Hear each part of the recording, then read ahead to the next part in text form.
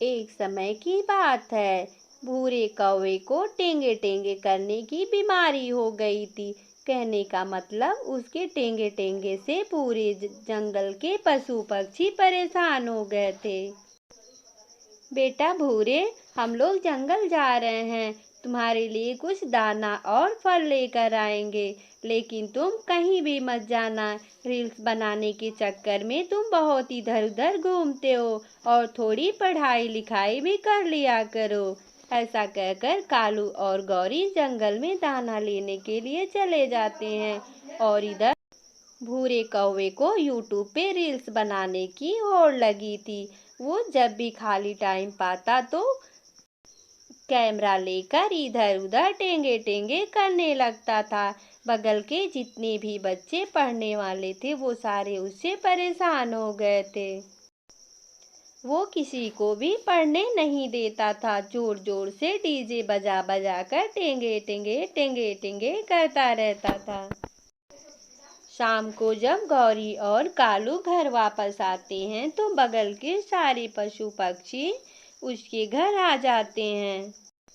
अरे गौरी बहन, आपके बेटे को तो ऐसा टेंगे टेंगे का भूत सवार हो गया कि हम जंगल के सारे पक्षियों को परेशान करके रख दे रहा है। ना तो अपने पढ़ता है, ना ही हमारे बच्चे को पढ़ने देता है। दिन भर डीजे बजा के टेंगे टेंगे करता रहता है। अरे तो क्या हुआ, मेरा बेटा करता है, तुम लोग भी जाकर करो। और मेरे पास दोबारा तुम लोग बातें सुनाने मत आना, नहीं तो मैं बहुत पिटाई करूंगी। मैंने इसे बहुत नाजों से पाला है। कुछ दिन के बाद उधर के सारे पक्षी परेशान होकर अपने घोंसले को अलग अलग दूसरे जंगल में बनाने लगते हैं और इधर ये गौरी कालू और भूरा अकेले पड़ जाते हैं। यहाँ पर भूरा कौवा सिर्फ रील्स बनाने के चक्कर में पढ़ाई लिखाई नहीं करता है और दूसरे पक्षियों के बच्चे अपना पास टाइम खेलते कूदते हैं, उसके बाद अपनी पढ़ाई को अच्छे से पूरी करते हैं। कुछ दिन बाद सारे पक्षियों के बच्चे किसी न किसी पोस्ट पे लग जाते हैं और अपना काम धाम शुरू कर लेते हैं, लेकिन भूरा कौवा दिन पे दिन आलसी होता जाता है।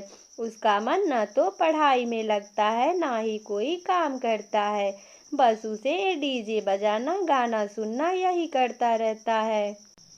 कुछ दिन के बाद गौरी और कालू की तबीयत खराब होने लगती है और वो जंगल में दाना ढूंढने के लायक नहीं रहते हैं। उनके पंखों में दर्द होने लगता है। भूरे बेटा, अब हमारे पंखों में बहुत दर्द है। अब हम जंगल तुम्हारे लिए दाना लेने नहीं जा सकते और अब तुम काफ़ी बड़े हो गए हो, तो प्लीज़ अब तुम ही हम दोनों के लिए भोजन लाया करो। नहीं माँ, मुझसे ये सब नहीं होगा। और आपको जाना है तो जाइए जंगल में दाना लेने के लिए। मैं तो किसी तरह अपना भोजन जुटा पाऊँ। मैं आप दोनों के लिए भोजन कहाँ से लाऊंगा। ऐसा कहकर भूरा वहाँ से चला जाता है और ये दोनों भूखे प्यासे पछताने लगते हैं।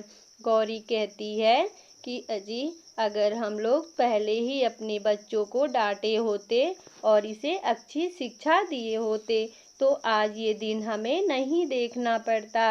अब बुढ़ापे में हम कहाँ जाएं और हमें दाने के लिए अब तरसना नहीं पड़ता। हमारा भूरा कितना बुरा हो गया है। ऐसा कहकर दोनों बहुत ही ज़्यादा पछताने लगते हैं और किसी तरह वहाँ से उठकर दाने की तलाश में निकलते हैं। कुछ दूर जाने के बाद गौरी और कालू को चक्कर आ जाता है और वहीं जमीन पर गिरकर दोनों कराहने लगते हैं। तभी छोटी चिड़िया का नज़र उन पे पड़ता है। आकर कहती है, अरे गौरी बहन, क्या हो गया आपको? आप तो यहाँ पे जमीन पर गिरी पड़ी हैं। अरे क्या बताऊँ टोनी बहन, आए दिन मेरा तबीयत ठीक नहीं रहता है और मेरा भूरा भी बहुत गंदा हो गया है। वो हमारे लिए कोई भोजन नहीं लाता और हमें भूख प्यास के मारे यहाँ तक आना पड़ा। अब तो हमसे नहीं चला जा रहा है। अब तो लगता है कि हमारी जान ही चली जाएगी। अरे ऐसा मत कहें गौरी बहन, मैं आपका इलाज कराऊंगी। मेरा बेटा पढ़ लिख कर डॉक्टर बन गया है, मैं उसके हॉस्पिटल में आपका फ्री में इलाज कराऊंगी। और छोटी चिड़िया गौरी और कालू को अपने बच्चे के हॉस्पिटल में ले जाकर एडमिट कर देती हैं और उनका अच्छे से इलाज करवा के उन्हें ठीक कर देती हैं।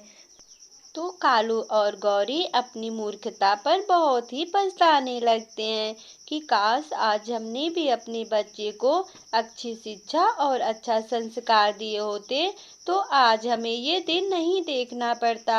आज हमारा भी बेटा किसी लायक होता और इस बुढ़ापे में हमारी सेवा करता, हमें घर से नहीं निकालता। तो प्यारे दोस्तों, हमें अपने बच्चों को अच्छी शिक्षा और अच्छा संस्कार देना चाहिए। अच्छी शिक्षा और अच्छे संस्कार से बढ़कर कोई दौलत नहीं होता और माँ बाप की सेवा से बढ़कर कोई तीर्थ यात्रा नहीं होता। अगर हमारी वीडियो अच्छी लगी तो लाइक शेयर कमेंट जरूर करें। आपका धन्यवाद।